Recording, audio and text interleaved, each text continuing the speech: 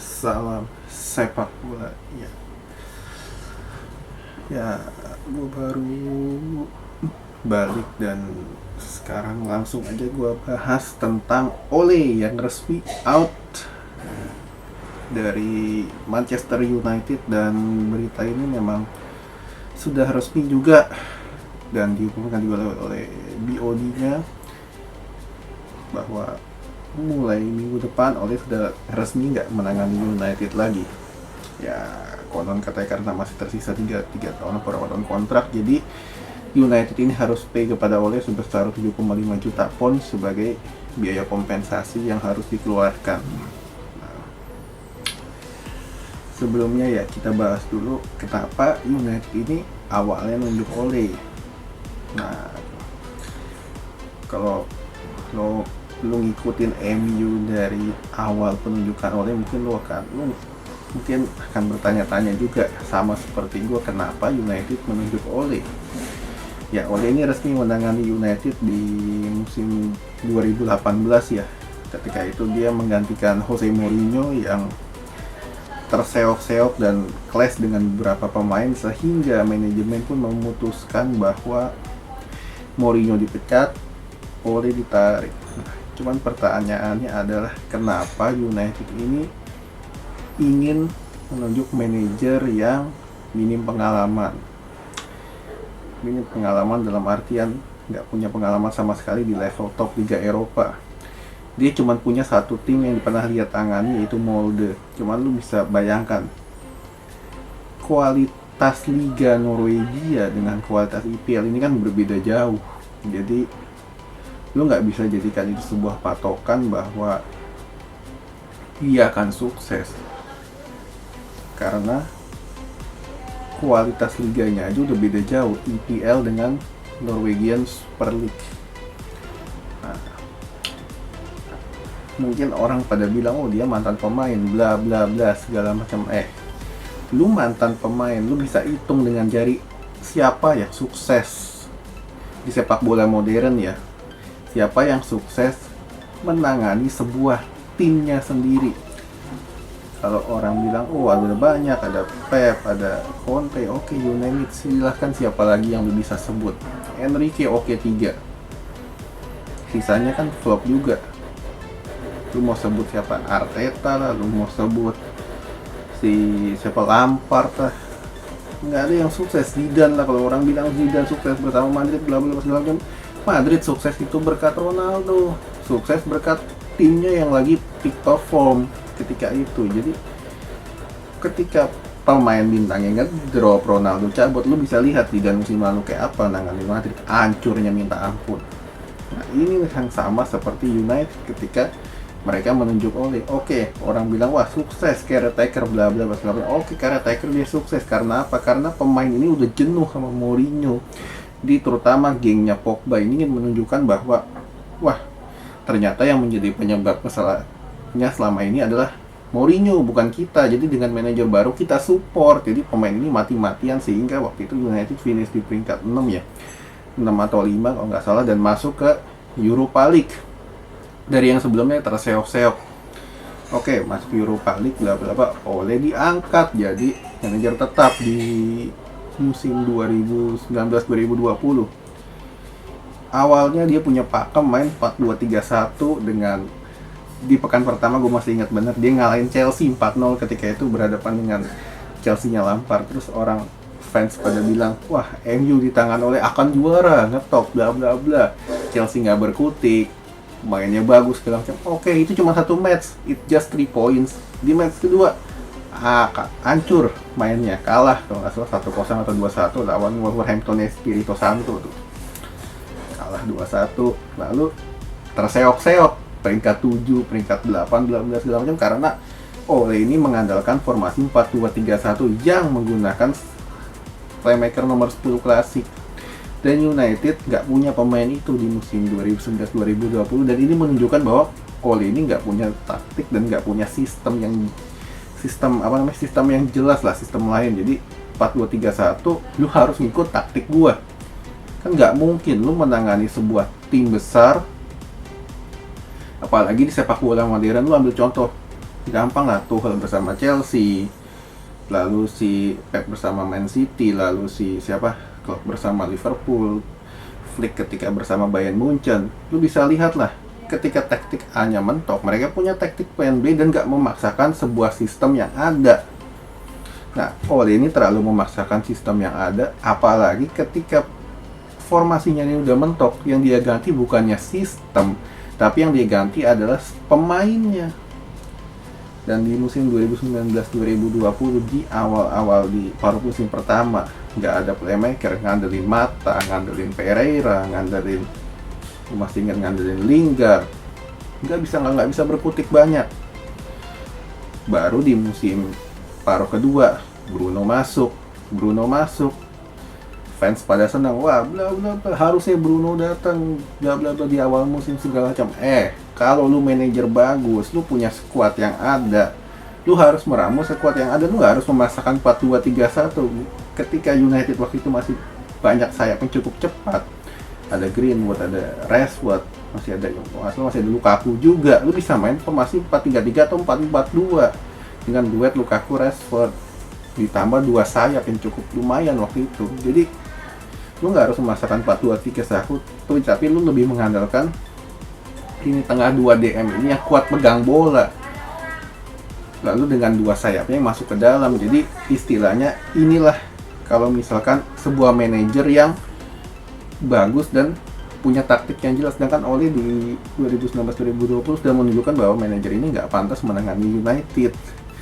Ya waktu itu ya terutama orang pada bilang, oh Ole nurunin Ole ini perlu proses lah bla bla bla. Oke, terserah segala macam, finish peringkat 3, dan ini di akhir-akhir pekan dia baru peringkat ketiga di 2019-2020 dengan ngalahin Leicester waktu itu pekan terakhir 2-0, barulah dia masuk ke zona Liga Champion peringkat 3 di pekan-pekan terakhir. Waktu itu balap-balapan sama Chelsea-nya Lampard. Masuk ke 2021-2022 datang Cavani. Datang Cavani, datang Van de Beek. Ya, cukup bagus, lumayan segala macam, terseok-seok juga di paruh musim kedua. Di paruh musim pertama mereka cukup bagus mimpin klasemen segala macam. Kenapa? Karena Chelsea-nya bersama Lampard ini limbung, Liverpool ngedrop, City telat panas. Jadi 3 kompetitor ini lagi goyang. MU naik kalau nggak salah cuma 2 pekan ke balap City, abis itu kalah terus sampai kalau nggak salah ketinggalan 10 atau 15 poin di peringkat kedua.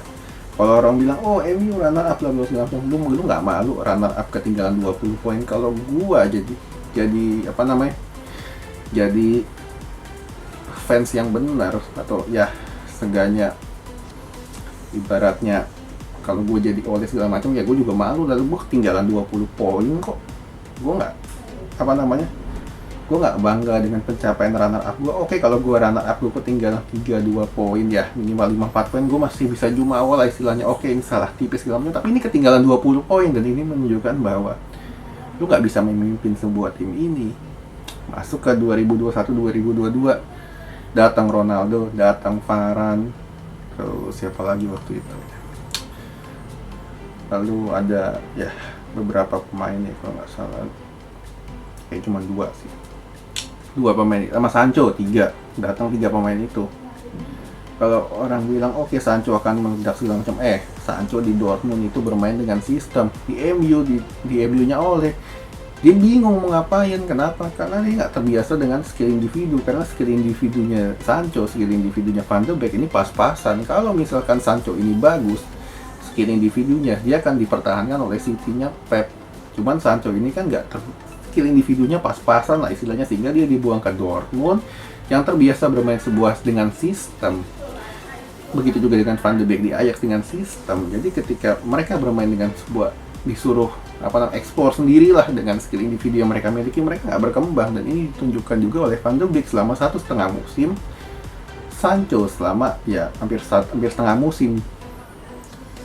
Ya, ditambah lu kedatangan Ronaldo segala macam. Ronaldo itu udah usia 36 tahun, bukan usia 26 tahun. Ronaldonya MU ini udah 36 tahun, lu nggak bisa berharap dia main bagus 10 match beruntun. Oke, dia bagus segala macam bla bla bla. Ya lu bisa lihat berapa kali match dia main bagus.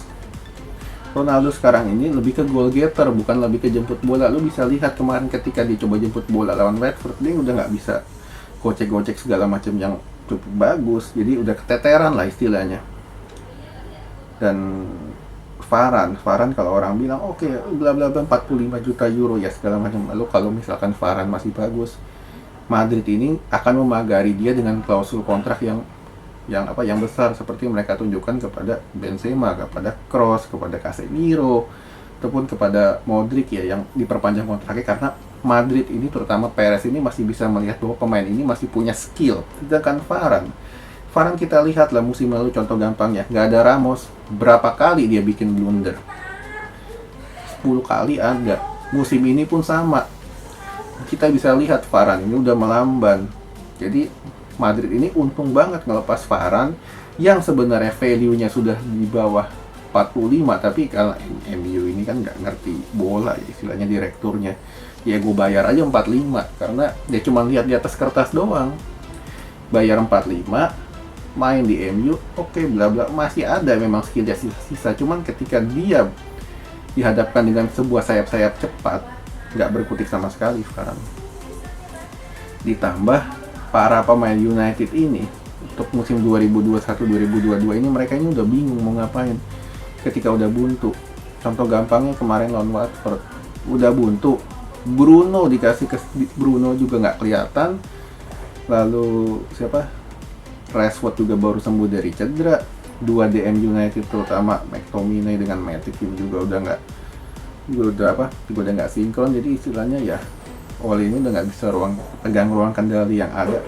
Ditambah dia juga buat pengakuan juga bahwa ya gue nggak punya sistem yang jelas. Sempat dia ngomong gitu sekitar 1 bulan yang lalu.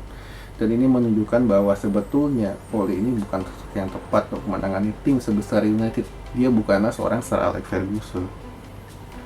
Ya kalau misalkan gue ditanya siapa yang tepat untuk menggantikan Ole saat ini, kalau gue bilang kayak Fletcher kan salah caretaker untuk minggu depan, oke, itu waktu lah. Untuk saat ini, yang pertama lu jangan ambil lagi lu mantan pemain yang nggak punya CV melatih yang jelas. Kalau misalkan lu ambil sosok mantan pemain, ya lu bisa ambil aja tuh, lu ambil Paul Scholes, lu ambil aja Gary Neville yang ngelatihnya hancur-hancuran kan. Cuman lu kalau misalkan lu punya pegang sebuah tim besar, yang lu harus lakukan adalah lu harus merekrut seorang manajer yang memiliki CV yang jelas sebagai manajer, bukan sebagai pemain. Bukan mantan pemain MU, mantan pemain City, bla bla bla segala macam, tapi lu harus hire seorang manajer yang tepat. Dan ya kalau gue bilang kemarin MU ini salah besar juga ya. Mereka melewatkan kesempatan ngerekrut Conte, nahan Ole, ya hasilnya seperti ini.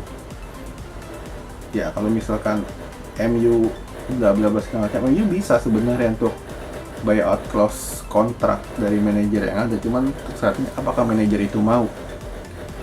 Feeling gue untuk tengah musim nggak akan bisa. Kenapa? Karena kondisi internal United ini untuk saat musim ini udah kacau banget. Jadi istilahnya lu harus ambil benar-benar caretaker yang bisa megang ruang kendali. Dan untuk musim depan lu harus rekrut seorang manajer yang memiliki CV yang jelas dan punya sistem.